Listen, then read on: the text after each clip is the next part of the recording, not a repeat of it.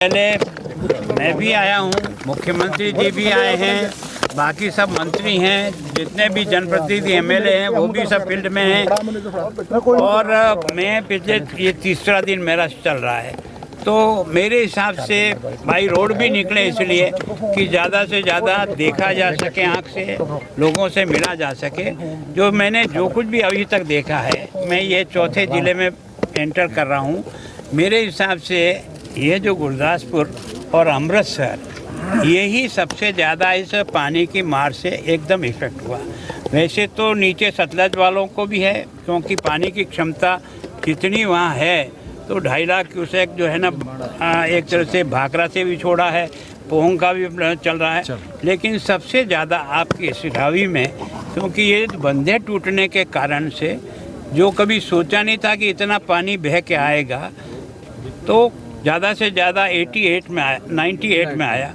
उस समय भी 88 में, उस समय भी जो है ना 11 लाख MCF से ज़्यादा पानी नहीं आया। अब की बार 14 से भी ऊपर क्रॉस कर गया, 14 लाख क्यूसेक। तो उसके कारण से एरिया भी बहुत ज़्यादा समृद्ध हुआ, लोगों की बस्तियों में भी बहुत पानी भरा।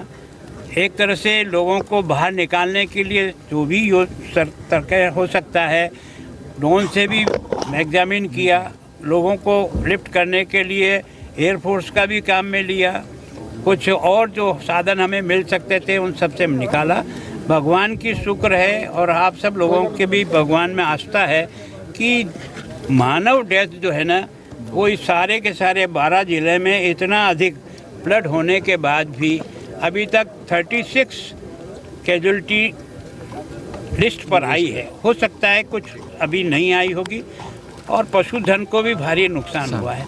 लेकिन ये सब देखने के बाद एक बार तो तुरंत इनकी जो है व्यवस्था, ताकि इनको भोजन, पानी, राशन, दवाई, इनके जानवरों को चारा, इनको बाकी सब चीज़ें मिले। मुझे बहुत प्रसन्नता है कि ये पंजाब मैंने पहली बार देखा कि जनता की तरफ से भी जितना सहयोग यहाँ हो रहा है, उतना मैंने जन इन्वॉल्वमेंट पहले मेरे किसी स्टेट में नहीं देखा। मैं जिस रास्ते से भी गुजर रहा हूँ, लोग जो है ना ट्रैक्टर सामान भर कर के और डिस्ट्रीब्यूट करने के लिए अपने बूथे पर जा रहे हैं। प्रशासन भी मुस्तैदी से काम कर रहा है।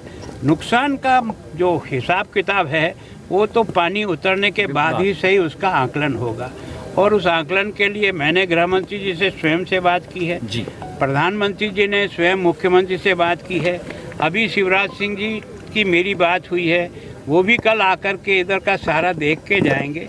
और किसान को जो फसल का नुकसान हुआ, मकान का नुकसान हुआ, जानवर का नुकसान हुआ, और भी जो है उसमें ज़्यादा से ज़्यादा कैसे केंद्र की सरकार हमारी मदद करे, ये यहाँ से रिपोर्ट जाने के बाद उनकी टीम भी यहाँ आएगी, सर्वे करेगी, और वो सब मिला कर के अधिक से अधिक जो कुछ दिया जा सकता है वो निश्चित रूप से देंगे। क्योंकि ये केवल और केवल उनकी मांग नहीं है, हमारा दायित्व भी है कि संकट के समय में ऐसे परिवारों को कैसे बाहर निकालें, ये सरकार की प्रायोरिटी रहती है। जहाँ तक मेरा अनुभव है, सरकार के पास ऐसी संकट के समय पैसे की कोई कमी नहीं रहती। कई राज्य जो है ना, वो पंजाब को आर्थिक सहायता भी बिना मांगे ही राज्य सरकार भेज रही है, ताकि सब राज्य भी मिलकर के इसमें हमारे सहयोगी बन रहे हैं। तो मैं सोचता हूँ कि लेकिन इसका सही आकलन पानी उतरने के बाद, जो सबसे बड़ी त्रासदी आने वाली है वो उतरने के बाद आएगी। कारण क्या है, कई मकान जो डैमेज होंगे और जो गिरेंगे, वो बारिश के बाद धूप के आते ही कई मकान निश्चित रूप से, विद्यालय हो सकते हैं, अस्पताल हो सकती है, आंगनवाड़ी हो सकती है। मेरी प्रशासन से निवेदन है कि एक बार सब बिल्डिंगों का इंजीनियर के द्वारा वेरिफिकेशन के बाद ही बच्चों को और इन सरकारी जो बिल्डिंगें हैं उनमें प्रवेश उसके बाद ही दें।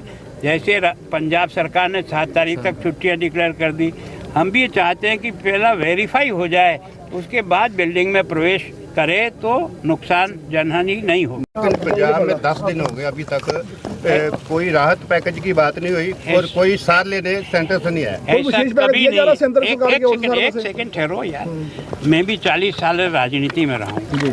हर सरकार के पास आपदा राहत कोष का जो सालाना बजट होता है वो राज्य सरकार के खाते में, चाहे आपदा आए चाहे नहीं आए, उनके खाते में डाल दी जाती है। एक बार तुरंत मदद करना उस पैसे में से राज्य सरकार का दायित्व है।